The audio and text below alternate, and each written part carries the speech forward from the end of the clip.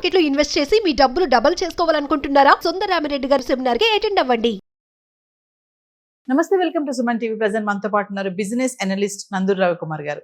నమస్తే సార్. నమస్తే sir, reserve bank of India loans తీసుకున్న వాళ్ళకి మరి ఈఎంఐలు పెంచుతున్నారు అనే ఒక నోటీస్ అయితే నడుస్తుంది, టాక్ నడుస్తుంది, న్యూస్ కూడా ఉంది.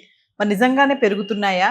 ఎందుకు ఆర్బీఐ నిర్ణయం తీసుకుంటుంది అని అంటే ఆర్బీఐ మనకి 3 నెలలకు ఒకసారి కమిటీ ఉంటుందన్నమాట. ఆ కమిటీలో వీళ్ళు ప్రైసెస్ రేట్ల ఇంట్రెస్ట్ పెంచాలా తగ్గించాలా అని చెప్పి వాళ్ళు డిసైడ్ చేస్తుంటారు. బేసిక్గా ఈ యొక్క మీరు ఏదైతే అడిగారో ఈ రూమర్స్కి బేసిక్గా కారణం ఏంటంటే, బలమైన కారణం ఉంది ఏంటంటే, గమనిస్తూ ఉండొచ్చు కదా, ప్రైసెస్ రోజు రోజుకి వెజిటబుల్ ప్రైసెస్, గ్రోసరీ ప్రైసెస్, పెట్రోల్తో పాటు డీజిల్తో పాటు ఇవి కూడా పరిగెడుతున్నాయి. అన్నీ ఇంటర్లింక్డ్. లాజిస్టిక్ సపోర్ట్ కావాలి కదా. ఎక్కడో పండినటువంటి పంట హైదరాబాద్ దాకా వస్తుంది. అలా ఒక్కొక్క ప్లేస్ నుంచి ఒక్కొక్క ప్లేస్కి మూమెంట్స్ ఉంటాయి. ఈ మూమెంట్ వల్ల మనకి అవన్నీ కూడా ఆ క్యారేజ్ అంటారనమాట, క్యారేజ్ కాస్ట్ అంతా కూడా మనకే పడుతుంది, ట్రాన్స్పోర్ట్ కాస్ట్ అంతా మనకే పడుతుంది. సో అందువల్ల ఇన్ఫ్లేషన్ పెరిగిపోతుంది. ఎప్పుడైతే రేట్లు పెరుగుతున్నాయో ఇన్ఫ్లేషన్ పెరిగిపోతుంది.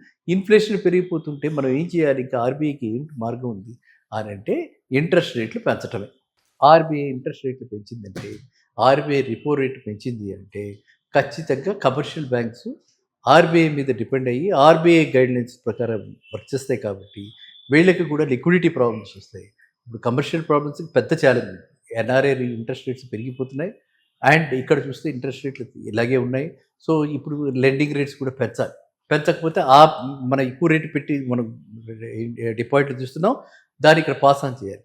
కాబట్టి ఖచ్చితంగా అన్ని బ్యాంకులు కూడా, ఇందులో ఎక్సెప్షన్ లేదు, ప్రతి బ్యాంకు కూడా ఖచ్చితంగా ఇంట్రెస్ట్ రేట్లు పెంచుతారు.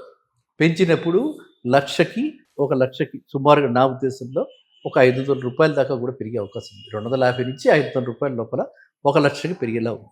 పెరిగితే ₹1,00,00,000 తీసుకున్న వాడికి ఏమైనట్టు 2,500 పెరిగి, అలా దీని యొక్క ఇంపాక్ట్ ఆ విధంగా ఉండబోతుంది. కాబట్టి అంటే ఇవన్నీ కూడా సంవత్సర రేఖలు అనుకోండి, సంవత్సరానికి ఈ విధంగా ఎంత పెరుగుతుంది. కాబట్టి అందరూ కూడా ప్రిపేర్డ్గా ఉండాలి.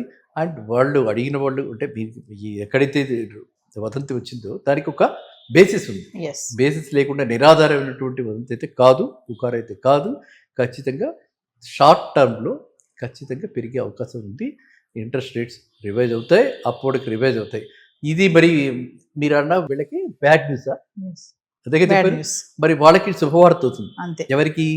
డిపాజిటర్స్. ఎవరైతే కొత్త డిపాజిట్ పెట్టబోతున్నారో, ఎన్ఆర్ఐస్ మనకి ఇప్పుడు డాలర్స్ కావాలి కాబట్టి ఎన్ఆర్ఐలకు ఆల్రెడీ మనం రేట్ పెంచేసి తీసుకొస్తున్నాం. అదేవిధంగా ఇక్కడ డొమెస్టిక్ వాళ్ళకు కూడా, డొమెస్టిక్ ఇన్వెస్టర్స్కి కూడా వీళ్ళకి ఇంట్రెస్ట్ రేట్లు పెరిగే అవకాశం ఉంది. సో ఒకళ్ళకి బ్యాడ్, ఇంకొకళ్ళకి గుడ్. అదేవిధంగా సో మనం రెండు మాట్లాడుకోవాలని నా ఉద్దేశం. అంటే మరి లోన్స్కి డిమాండ్ పెరుగుతుంది సార్ దీంతో? ఈ లోన్స్కి డిమాండ్ పెరిగే అవకాశం తక్కువ ఉంది. ఎందుకంటే మనం చూస్తున్నాం అనిశ్చిత పరిస్థితుల వల్ల ఎవరు ఒక ఇన్వెస్ట్మెంట్ డెసిషన్ తీసుకోలేకపోతున్నారు. నేను చాలామంది బిల్డర్స్తో మాట్లాడి రేట్లు తగ్గించడానికి కూడా సంసిద్ధమైనటువంటి బిల్డర్స్ కూడా ఉన్నారు. ఆయన కొనుక్కునే వాళ్ళు లేరు, డెసిషన్ తీసుకోలేకపోతున్నారు. ఎందుకంటే వాళ్ళ జాబ్స్, లే ఆఫ్స్, ఈ గొడవలన్నీ ఎకానమీ ఓవరాల్గా పాజిటివ్గా లేదు. ఎకానమీ ఓవరాల్గా కొంచెం నెగిటివ్గా ఉంది, అన్సర్టన్గా ఉంది. నెగిటివ్ అనే బదులు కూడా అన్సర్టన్గా ఉంది. ఎప్పుడు ఏదవుతుందో తెలియని పరిస్థితుల్లో ఉన్నారు. కాబట్టి వాళ్ళు ఎవరు కూడా ఇప్పుడు కొనుక్కోట్లే, నిర్ణయాలు తీసుకోవట్లే. కాబట్టి డిమాండ్ పెరిగే అవకాశం చాలా తక్కువగా ఉంది. క్రెడిట్ డిమాండ్ తక్కువగా ఉంది, అండ్ రేట్లు బాగా పెరిగిపోతున్నాయి. అండ్ డిపాజిటర్స్కి ఎక్కువ రేట్ ఇవ్వాల్సి వస్తుంది. ఎన్ఆర్ఐస్ని అట్రాక్ట్ చేయడానికి రేటు బాగా పెంచాల్సి వస్తుంది. కాబట్టి మన కంట్రీ, మనంతా కూడా ఇక్కడ ఈ బ్యాంకులు కానీ ఈ ఎకానమీలో మనం ఆపరేట్ చేస్తున్నటువంటి ఇండియన్ మొత్తం కూడా కంట్రీకి ఏ విధంగా దోహదపడాలి అంటే, దేశ శ్రేయోభిల వృద్ధి కోసం, దేశం గురించి పాటుపడుతున్నటువంటి సంస్థలు కాబట్టి కూడా మరి తప్పదు. కాబట్టి మన రిజర్వ్స్ పెంచుకోవాలి, కాబట్టి డాలర్ రిజర్వ్స్ పెంచాలి. కాబట్టి ఈ విధంగా ఫస్ట్ ఎన్ఆర్ఎస్కి పెంచడం జరిగింది. ఆ ఫారిన్ కరెన్సీలో వచ్చే వాటికి ఖచ్చితంగా ఈ రేట్లు పెరుగుతాయి. ఆ రేట్లు పెరిగినప్పుడు ఇక్కడ కూడా లోన్స్కి రేట్లు పెంచుతారు. అదేవిధంగా కరెస్పాండింగ్గా ఇంట్రెస్ట్ రేటు వీళ్ళకి కూడా పెరుగుతుంది. ఇది పెద్ద ఛాలెంజ్ అయిపోయింది బ్యాంకులకి, చాలా పెద్ద ఛాలెంజ్ అయిపోయింది. దీన్ని ఏమంటారంటే, ఈ రెండింటి మధ్యన ఉన్న గ్యాపే ఆ బ్యాంకు ప్రాఫిట్. డిపాజిట్ మనం 6% తీసుకున్నారనుకోండి, 8%కి లోన్కి ఇచ్చామంటే 2% మిగిలింది కదా, ఈ 2% బ్యాంక్ ప్రాఫిట్. ఈ 2%లో మళ్ళీ వీళ్ళ వడ్డీ, మన ఈ రెంటల్ కాస్టు, ఈ సర్వీస్ కాస్టు, ఎంప్లాయీస్ ఛార్జెస్ ఇవన్నీ పోవాలి. కాబట్టి ఇది పెద్ద ఛాలెంజ్ బ్యాంకులందరికీ కూడా రాబోయే కాలం చాలా పెద్ద ఛాలెంజ్. ఎస్, అంటే ఆర్బీఐ ఎందుకు సార్ ఇలాంటి నిర్ణయాలు తీసుకుంటుంది అంటే? మరి ఇప్పుడు చెప్పా కదా, రేట్లు పెరుగుతున్నాయి కాబట్టి కంటైన్ చేయాలి, సప్లైని తగ్గించాలి.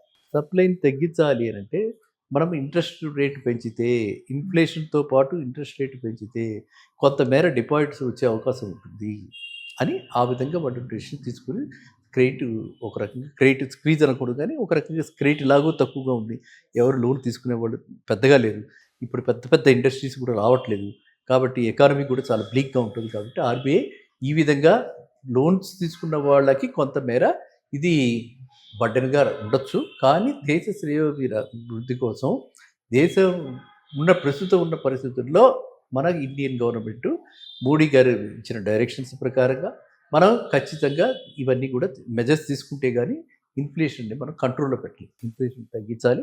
అందువల్ల ఈ డిమాండ్ సప్లై ఈక్వేషన్లో ఇలాంటి నిర్ణయాలు తీసుకుంటుంటారు. కాబట్టి ఇది మంచి, అంటే అది ఫ్యూచరిస్టిక్, అంటే ప్రిపరేషన్ చేస్తున్నారు మీరు ఎవరిని, వ్యూవర్స్ని ఎవరైతే చూస్తున్నారో మనం ప్రిపేర్ చేస్తున్నాం. No shocks for you, you are ready.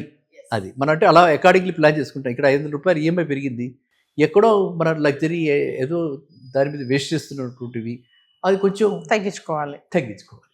తప్పదు, బ్యాలెన్సింగ్ చేయాలి. Thank you sir. Thank you.